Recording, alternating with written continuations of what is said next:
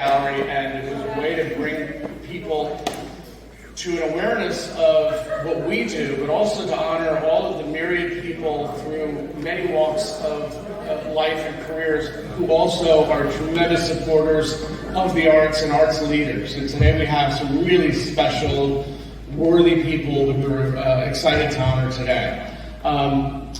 This is an exhibition that ended yesterday for, as you look around here, this is a first exhibition for a young artist, Kim De Jesus, and which is very rare to have a first exhibition and sell the show out, which we did. So very exciting to have you have a last look at this amazing show. Without further ado, it is my honor to introduce my good friend and our executive director, Alma Robinson. Thank you.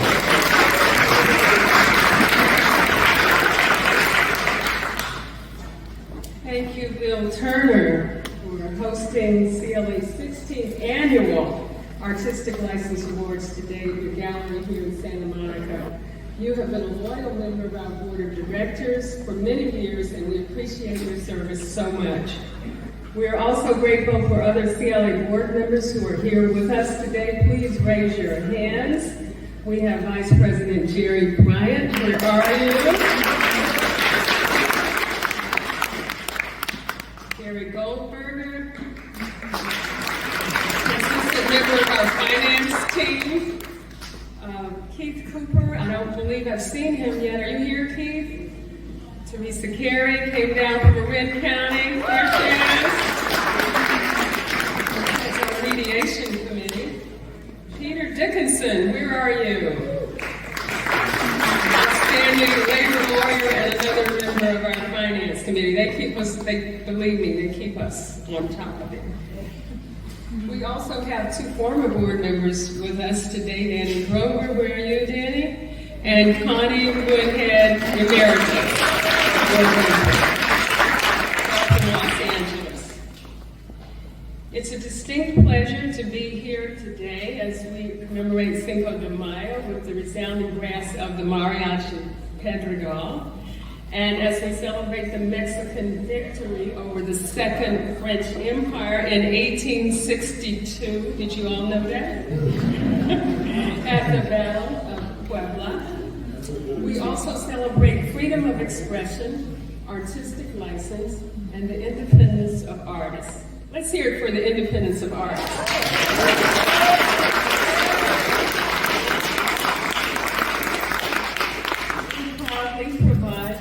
Community with legal services, including pro bono support for patent applications and alternative dispute resolution services that include facilitation, mediation, and arbitration. With the support of the LA County Department of Arts and Culture, where are you, Kristen? Thank you. And other local partners throughout the state, as well as the California Arts Council, we also provide educational programs on intellectual property, contracts, and other topics that are relevant to developing sustainable careers through the practice of the arts. We also empower artists through a statewide job training program for people in reentry after incarceration, which is funded by generous grants from the state of California. Thank you, Senator Wilk.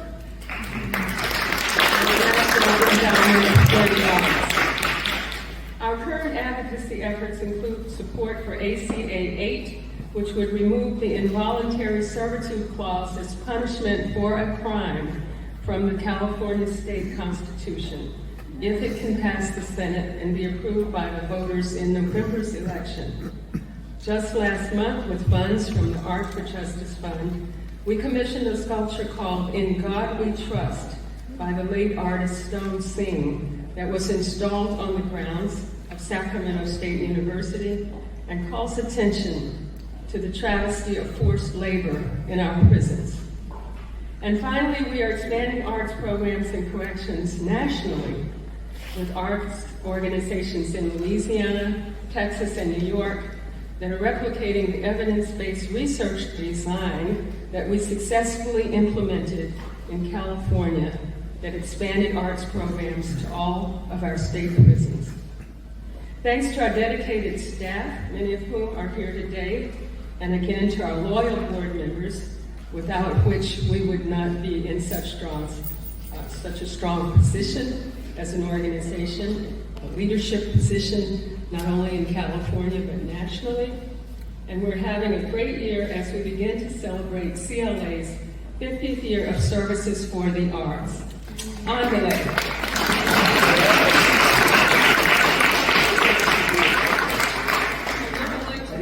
To the stage, Gloria Louise Oster, our Deputy Director, and my co-pilot.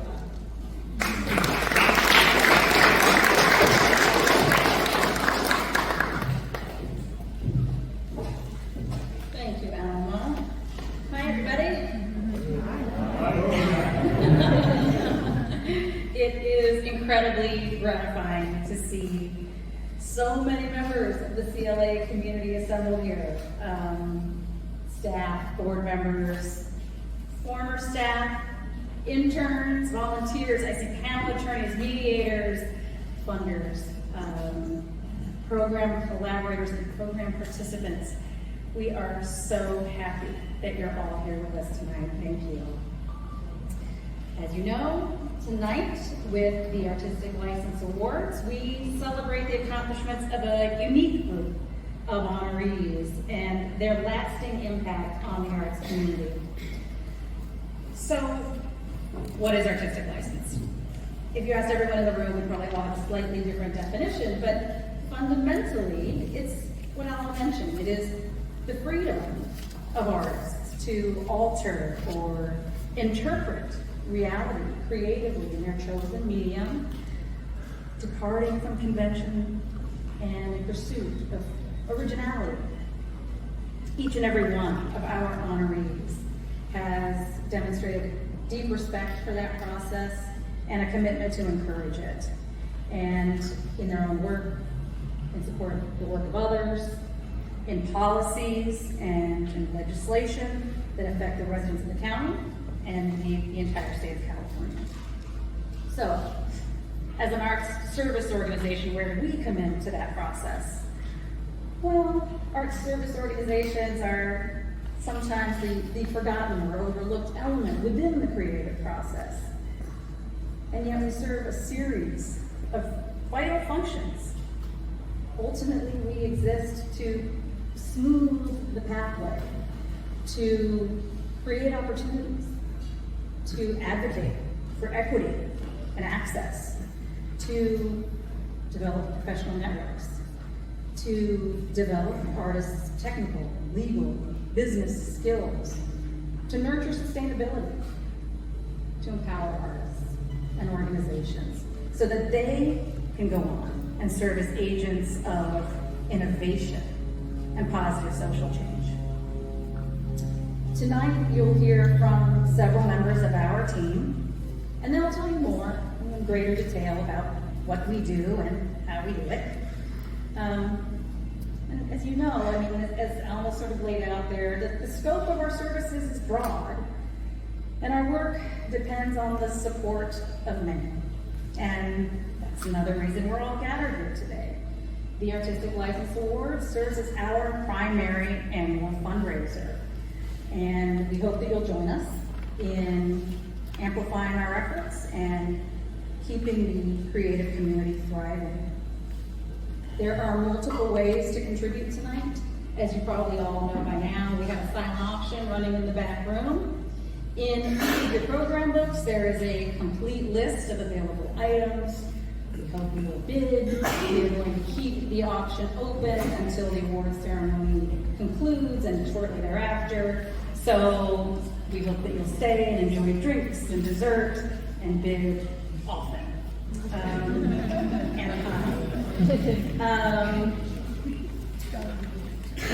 Let's see.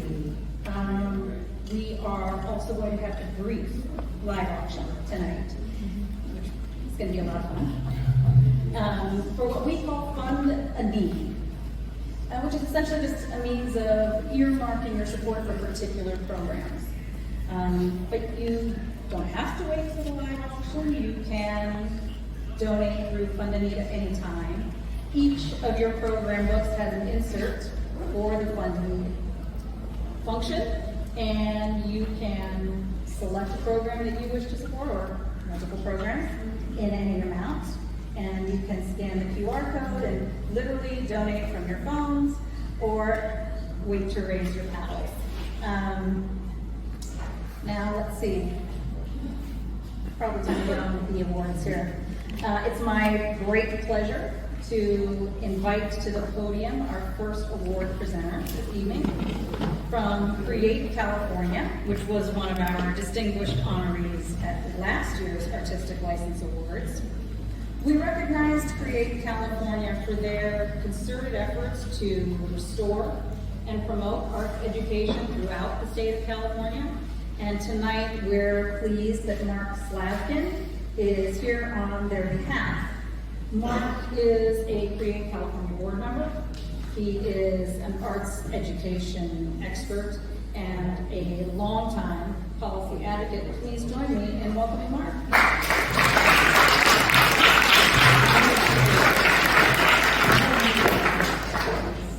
Thank you very much. I've never held an artistic license before. It's kind of exciting. I'm very happy to be here, and I want to salute California's Lawyers for the Arts for the work you do to advocate for the arts, for artists, for social justice, for opportunity for all Californians. It is really important. And I want to thank Bill Turner for hosting us, who is also an extraordinary advocate for the arts and artists, as we see from the walls, but also in his service on the California Arts Council. It's my pleasure to help us recognize a legislator who has been steadfast in his support for the arts in California. State Senator Scott Wilk represents the 21st District, which spans from Santa Clarita north to much of the Antelope Valley, the northern part of the county. Throughout his term in public office, he has been not just willing, but committed to address each issue on the merits, and what the party divisions may be, if he believes the right thing to do is different than some of his colleagues, he will do what he thinks is right. And one of the things that he thinks is right is to invest in the creative economy in California, to keep film and TV jobs here in California, and to ensure that all people have access to the arts, particularly young people in school and in community, because the arts contribute to success in school and success in life. As advocates, and I consider myself an advocate, it's our job to press our case in Sacramento and with local officials to advocate for the importance of the issues that we care about. But it's also important to say thank you, and I'm not sure we do that enough. So it's my pleasure on behalf of all of us to call forward State Senator Scott Wilk to present the Artistic License Award.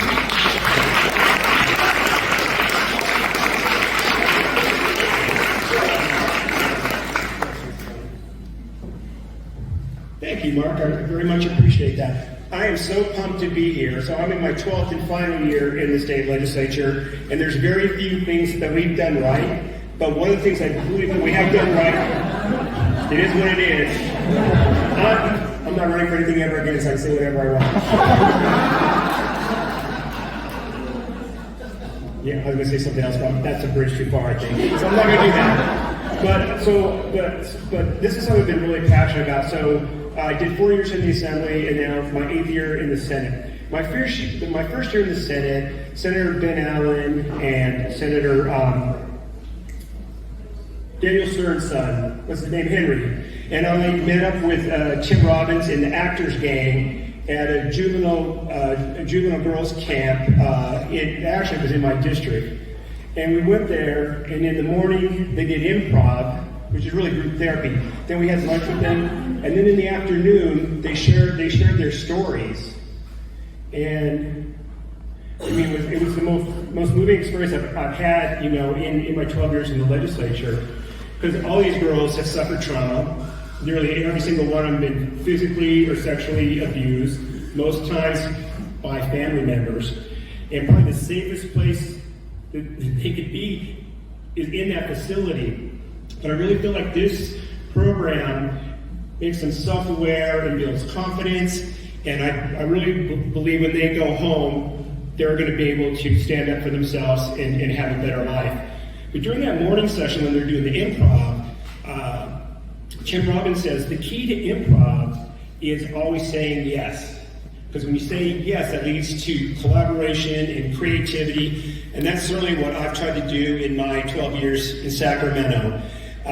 We have Lauren here with the Joint Committee in the Arts. I've been on that my entire 12 years, and we've worked hard to expand arts education, particularly in K-12. I mean, if you look at the data, it's irrefutable, right?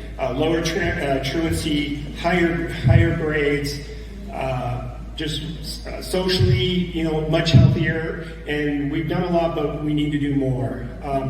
California Council of the Arts. It was embarrassing how little funding they were getting, and not only were they getting very little, but they had to come and beg every year. And you can't sustain programs if you have to come and beg every year. So that's back when I was in the Assembly with Assemblyman Drew Nazarian from the San Fernando Valley. We made it permanent. We continued to build it up. So right now we're doing $26 million a year ongoing funding. I don't know what's going to happen this year because we got the May revise coming out probably next week. So we may all need to advocate, but we need to keep that funding in. Very, very important.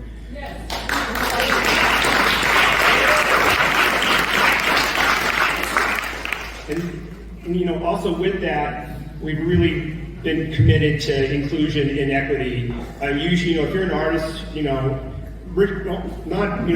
more than rich people should have access to the resources to create art. So I think we've done a good job of that. And then finally, my first year in the state legislature, it's not controversial now, thank God, but at the time it was controversial, and that was the film and television tax credit. So when I was running for the Assembly back in 2011, we had all this runaway production. And I was for a film and tax credit just because I thought it made economic sense. But what I didn't realize was also a quality of life issue. So I used to do these house parties because I didn't raise that much money. I had one night I had a woman crying on my shoulder because her husband was a cameraman for film, and he shot his last 8 movies out of state. I was with a director of documentaries. He missed his daughter's first birthday because he was gone. So many stories. A third-generation prop master, because so much business was going to Georgia, he had to uproot his family and move to Atlanta to take care of that. So, the old program was $100 million, lottery, was always oversubscribed. I don't know how we got, because Jerry Brown is cheap.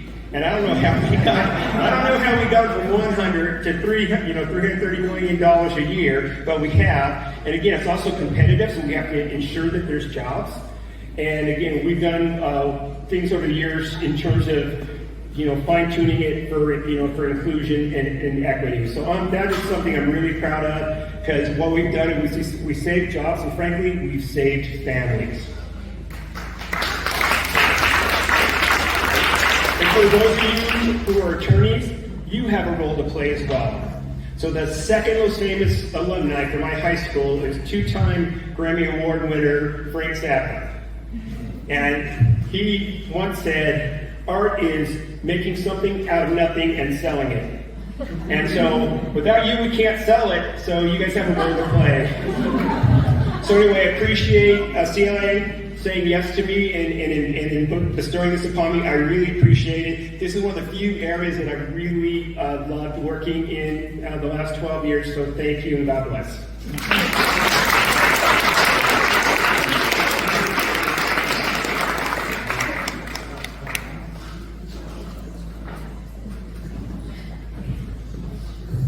Good afternoon, everybody. Wonderful to see you all.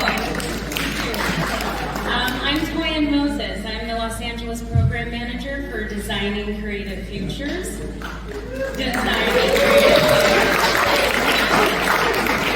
have so many of our community work sites here with us, so we're really excited to see you all.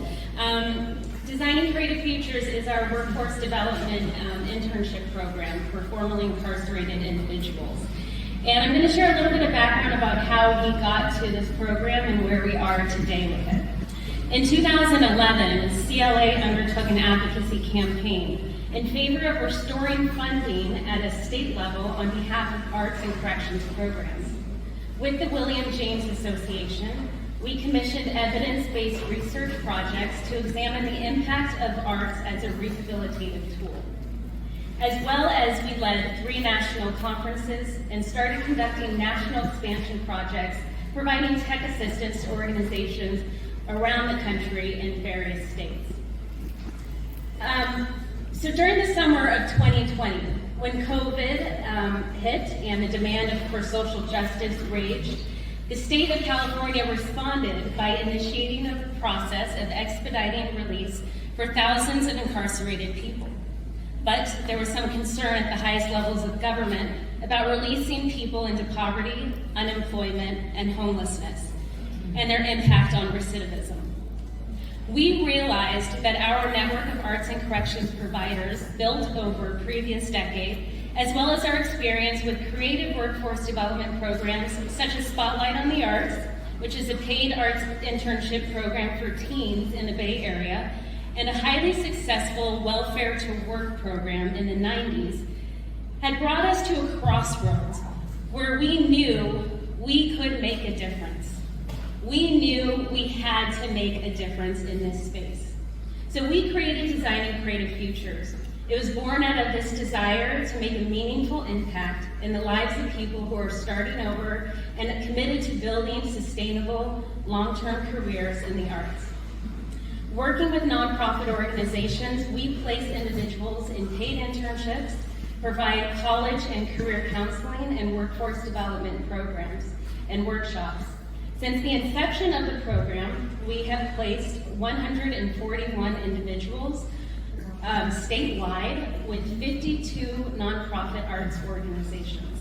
That is bringing the community together. It is not only bolstering the arts sector. Many of our interns go on to be hired by their work sites and continue the work, but it is also instilling a sense of agency to our individuals who participate. And they know that they are valued in this community and that they have so much to offer and that their lived experience is worthy. One individual, I just have a quote really quickly. She was interning at 18th Street, which is one of our honorees. She said, CLA's program was life-changing for me.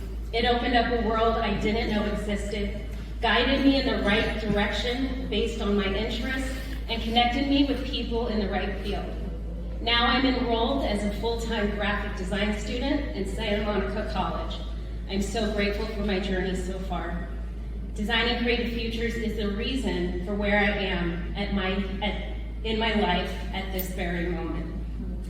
It's so wonderful to see so many of our work sites. I'm just going to give a quick shout out. 18th Street, Tia Chucha, Inside Out Writers, Jail Guitar Doors, Muckenthaler Cultural Center, Street Poets, Dancing Through Prison Walls. Sorry if I missed anybody, but I think I got you all who are here today supporting our evening, and we are so thankful that you've been able to continue your work with us in our program. We have a short video really quickly about Designing Creative Futures.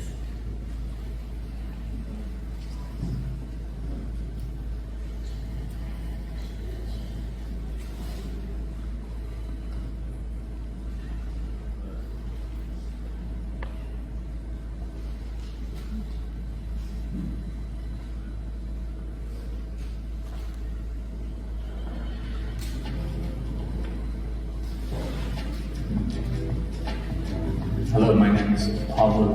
I am currently interning with the Museum of Contemporary Arts in San Diego. The reason I got a part of the Designing Creative Futures program, my previous boss, through the Playwrights Project, encouraged me because she said the group of individuals that were working as part of this program are really looking to build a method and a pipeline to help incarcerated individuals learn skills not only through the arts, but also skills that you need for your daily lives. My name is Carla Centeno. I am the Director of Education and Engagement at the Museum of Contemporary Art San Diego, and I supervise Pablo Diaz. What we wanted Pablo's learning outcomes to be were twofold. Both, data analysis and the things that were within his comfort zone, and then the other outcome was more of him working with audiences, developing those communication skills, and that was very mutually beneficial for both of us. My principal goal was being able to develop the social skills to work with individuals, to work with an organization, because I felt I lacked that because of my extensive incarceration. My name is Maru Lopez. I'm the Museum Educator Supervisor at the Museum of Contemporary Art San Diego, and I supervise Pablo Diaz. So some of the programs and projects that Pablo and I work together, we're organizing the education SharePoint drive, so a lot of data organization of old files, and helped me come up with a system. I really believe in rehabilitation and reintroduction to society and breaking through stigmas of what incarceration means. And I think programs like this help break the stereotypes. So absolutely, I would do this again and again, 100%. Sadly, when you're incarcerated, you're isolated to a certain extent. So you learning to trust in yourself and trust in the people around you is very important. In my experience, they went out the way to put me in a location that would focus on my goals and flourish my goals. These yet provided a solid foundation, a sounding board, a group of confidants. If I can make a difference in my life, I can make a difference in my family's life.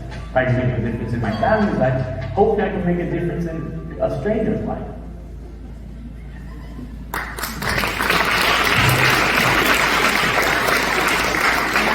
Pablo, who is in our San Diego program, is now studying data management and international business affairs at San Diego State University.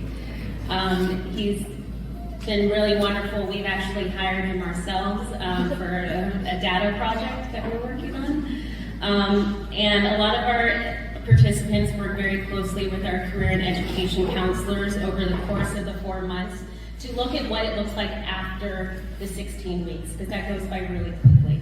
Our Los Angeles-based career and education counselor, Veronica Popovich, is here in the room. So thank you for joining us today. And I would now like to turn it over and welcome Kenneth Hartman to the stage for our next presentation.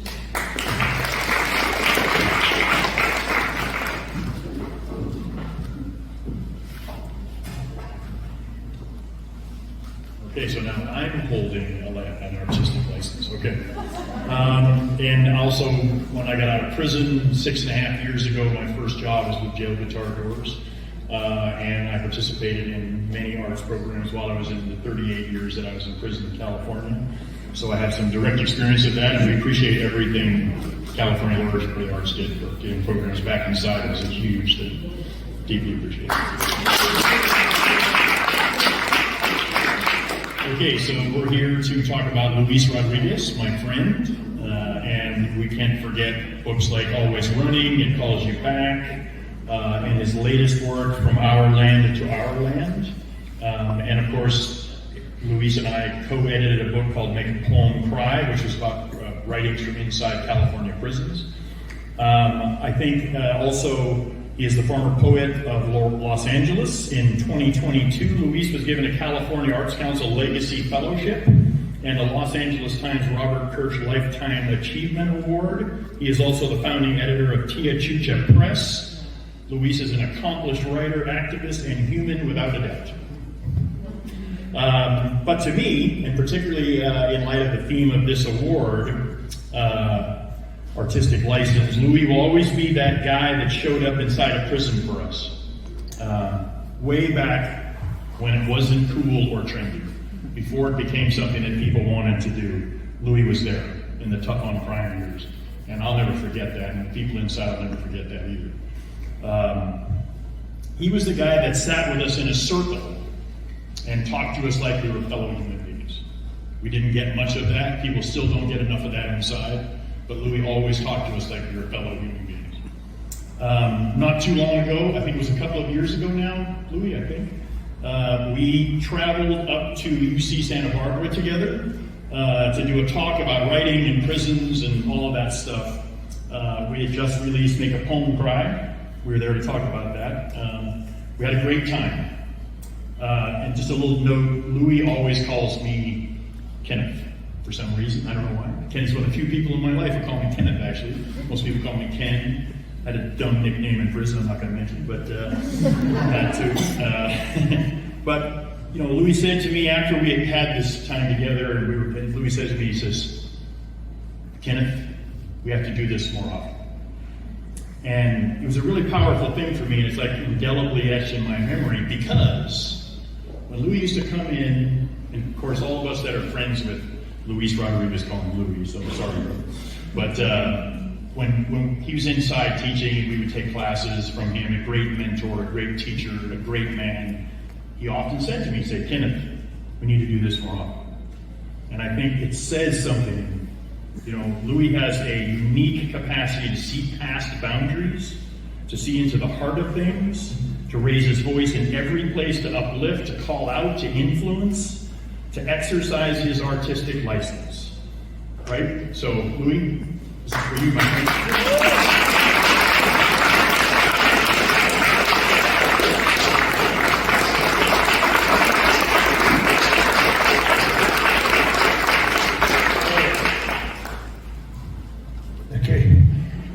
Thank you, California Lawyers for the Arts. Thank you, thank you, thank you. I think this is really justice. That we're up here together. He did all those years in prison. He had life without possibly parole when I first met him. And here we are free, and he's giving me an award.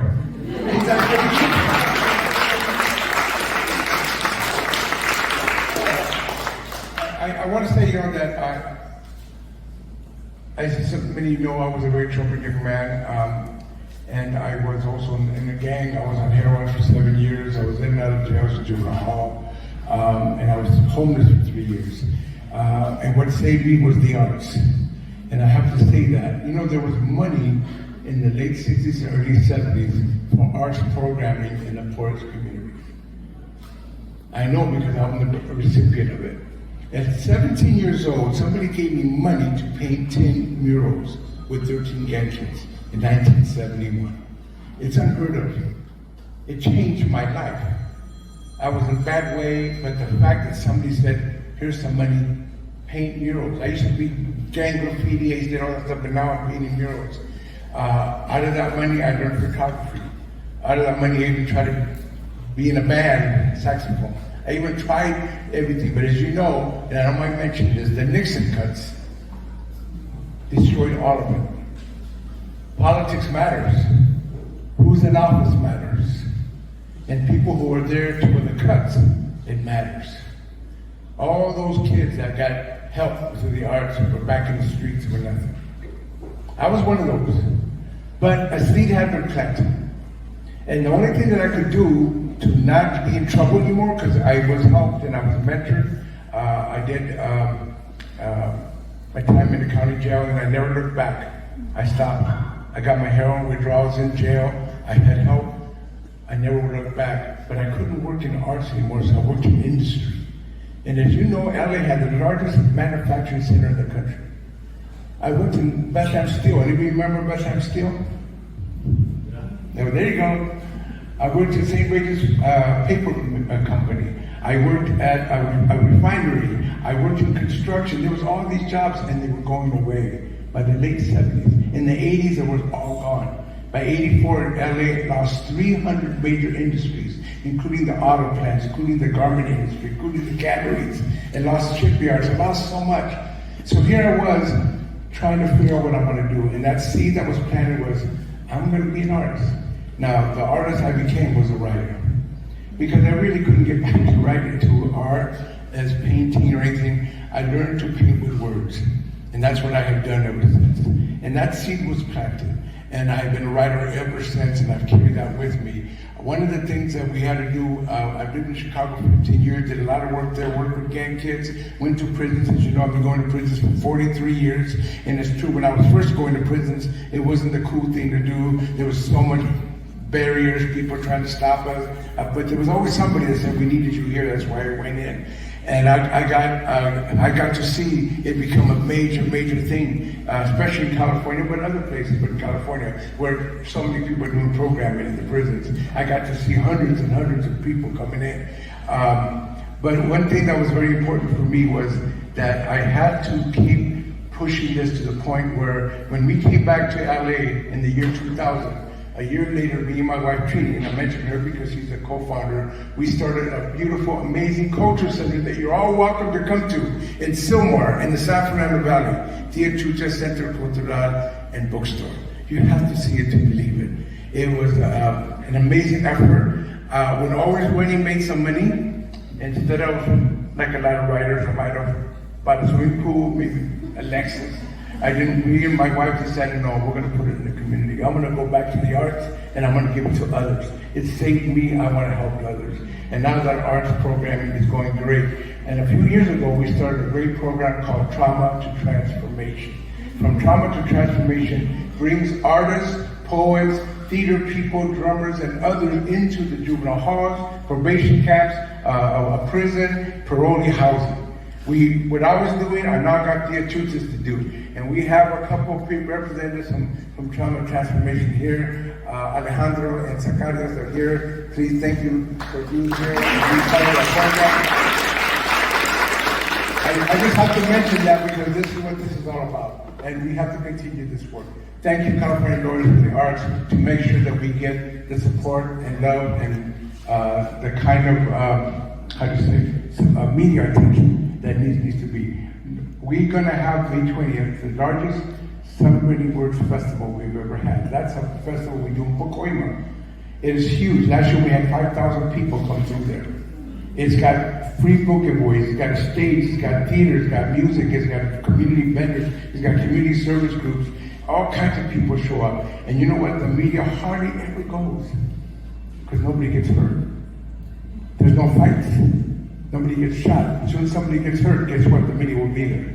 But I want you to make sure the media shows up to these places and these events. They need to know when people are doing this kind of work and that most people can do it peacefully with a lot of joy and a lot of love. That's what the media needs to cover instead of all the time to cover the things that we're quite aware of. People hurt each other. Let's talk about the times that we help and become creative and love each other. Thank you all very much.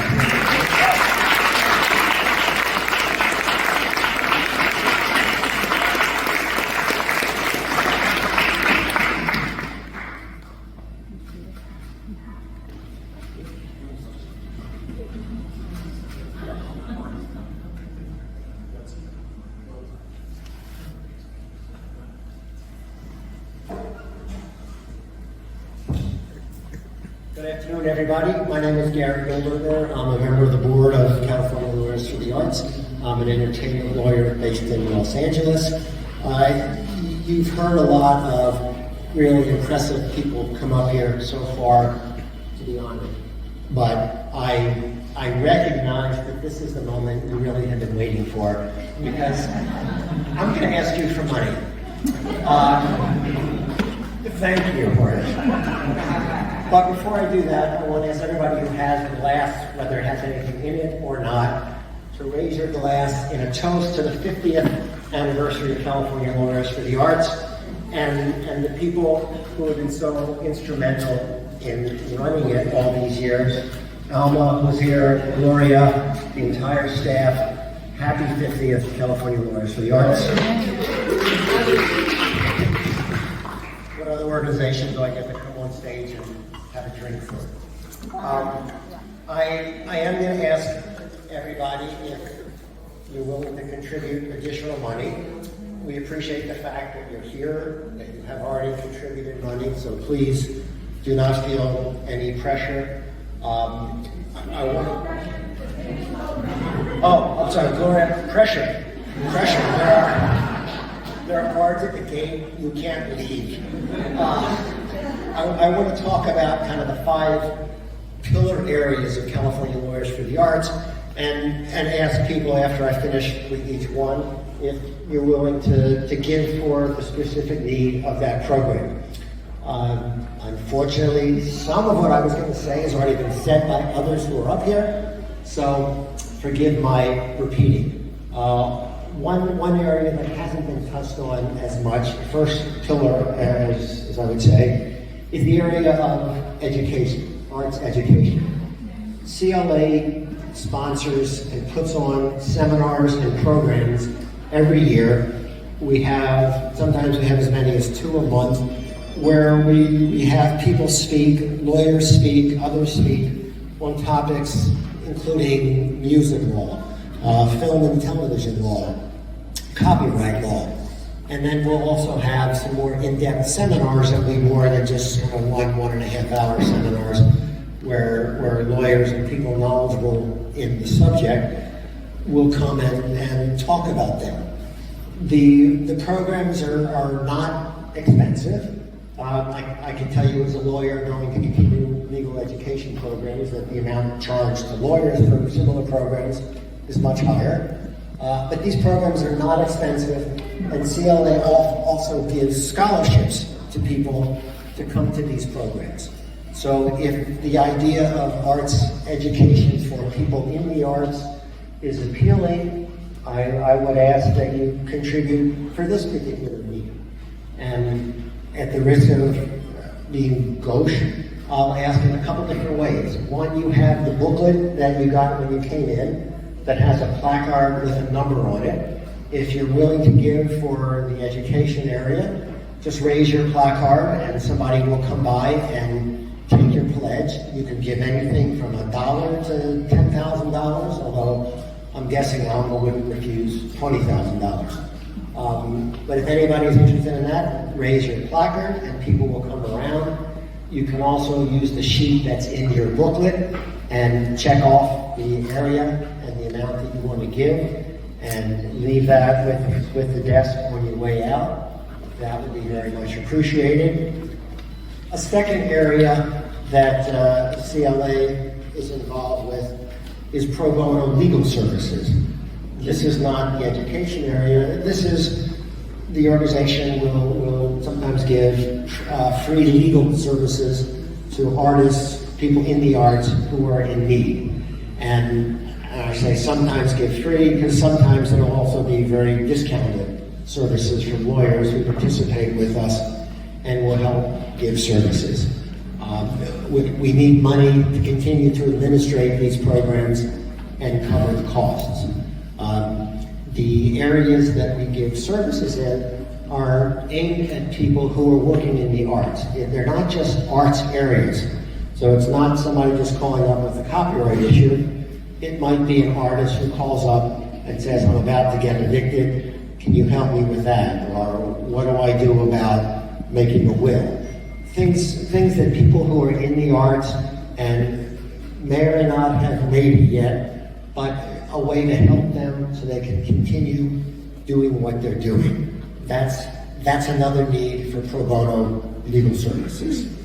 An area that Toyin talked about very admirably is our Designing Creative Future programs, and the film was aimed at that. In a nutshell, it's working with formerly incarcerated individuals who are interested in the arts and helping to place them with arts organizations so they can get experience.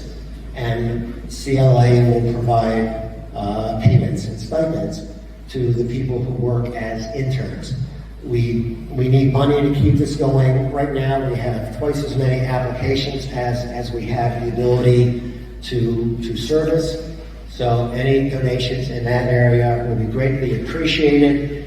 I had the privilege before I was coming up here to meet Mr. Jorge Alvarez, who was a successful graduate of the Designing Creative Future programs and is a wonderful guy.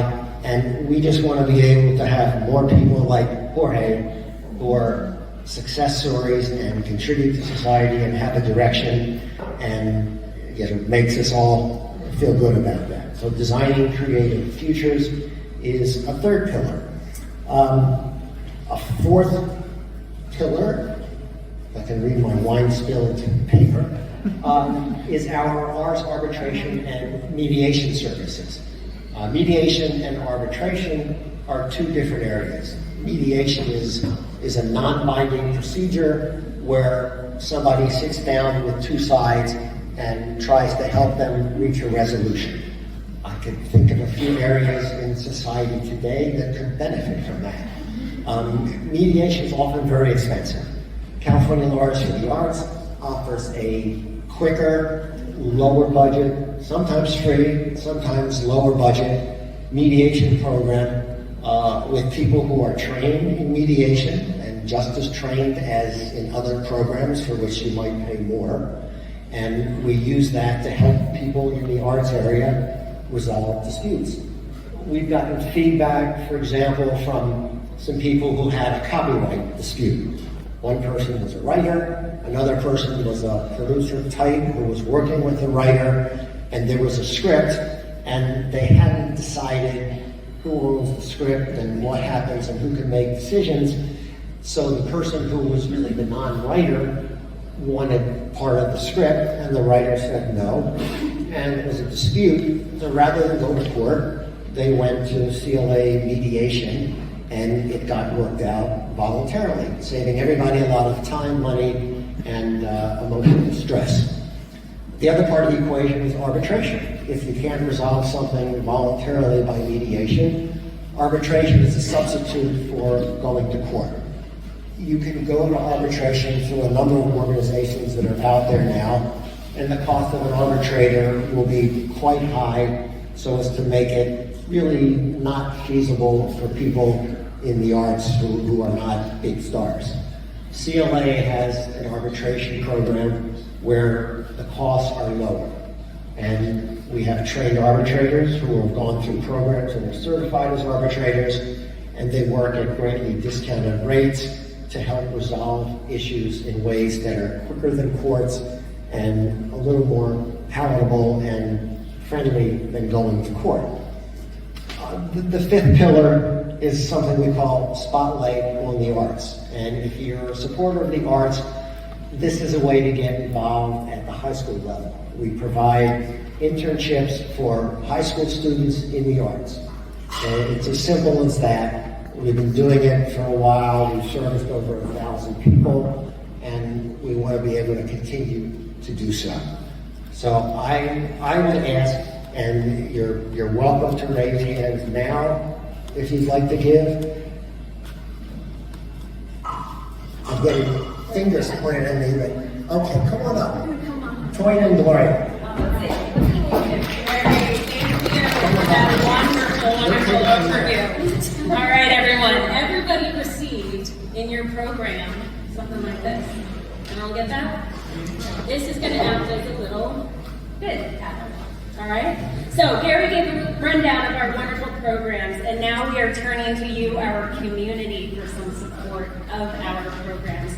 And we're going to start this off with the arts arbitration and mediation that Gary so wonderfully described.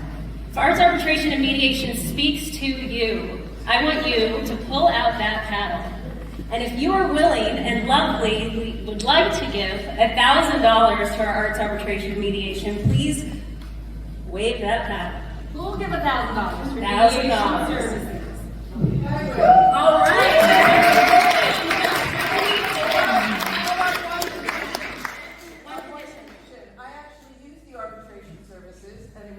Fantastic. Yes. And my condition is that I will match dollar to dollar up to $1,000 for anyone here who will contribute. Now we're talking. Laura Zucker will match up to $1,000, dollar for dollar, for anybody who would like to contribute. $100 towards Laura Zucker, $1,000.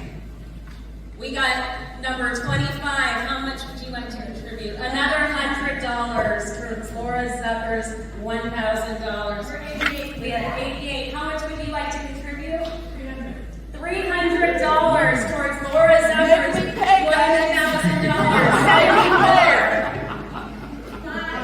$500 towards Laura Zucker's $1,000. Thank you. $50 towards Laura Zucker's $1,000.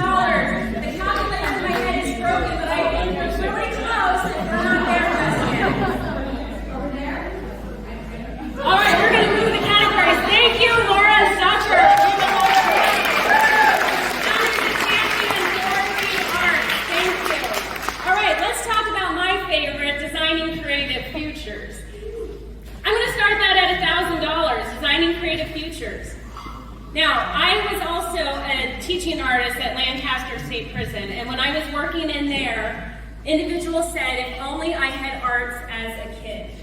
I also work closely with another organization, Inner City Arts, and there I see arts and the impact that it has on children at a young age, and I saw the cycle of the importance of arts and what it does to bring people to a sense that they have a space of belonging. We are bringing that back to individuals with our Designing Creative Futures program. Anybody like to give $1,000 to this program? $500, do those bid paddles work? $500 towards Designing Creative Futures. We pay interns $20 an hour. We give them education counseling, career counseling, other forms of social services support. Will you support our efforts to help them? Subsidize a paid internship. How about $250? $100 towards Designing Creative Futures. All right, I see number 92 and 73. Thank you. And 82. And number 4. Thank you. Thank you. Thank you. We're going to move on to pro bono legal. And number 11. 150. How about 150?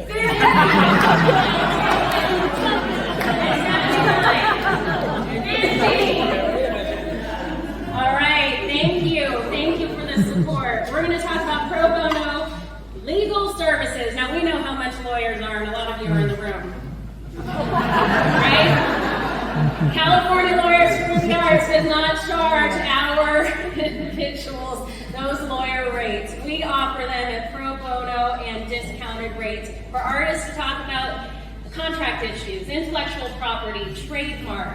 I'm an artist myself, and God forbid if I need to find an attorney to help me. It's so expensive. So we're going to start the bid for pro bono legal services at $1,000. Anybody want to support artists for $1,000? $500. Now you're supporting the artists, not the lawyers. Let's clarify. Yes. All right, we'll move it down to $250. Does anybody's paddle work for $250? This is providing legal services for artists. How about $100? Oh, $50. Thank you. Number 93. Number 39. Thank you. $50. $100. 39. That's a correction. $100. Thank you, Kristen. Anybody else? For the artists, not the lawyers. All right. We'll talk about the educational programs, and now these we do monthly workshops covering topics where we are bringing in experts to educate artists on legal topics. And that's so that artists have the tools so that they don't need our legal referral program and they don't need our arts arbitration and mediation program. Anybody for $1,000 would like to support our education program? How about $500? $250. $250. Got number 74 and got number 3 for $250. Thank you. Thank you. We'll move it down to $100. Number 63, $100 for our education programs. Thank you. You cannot take away education, folks. Once you have it, it can't be taken away. How about for $50? Number 83 towards our education program. Number 88 towards our education program. $35?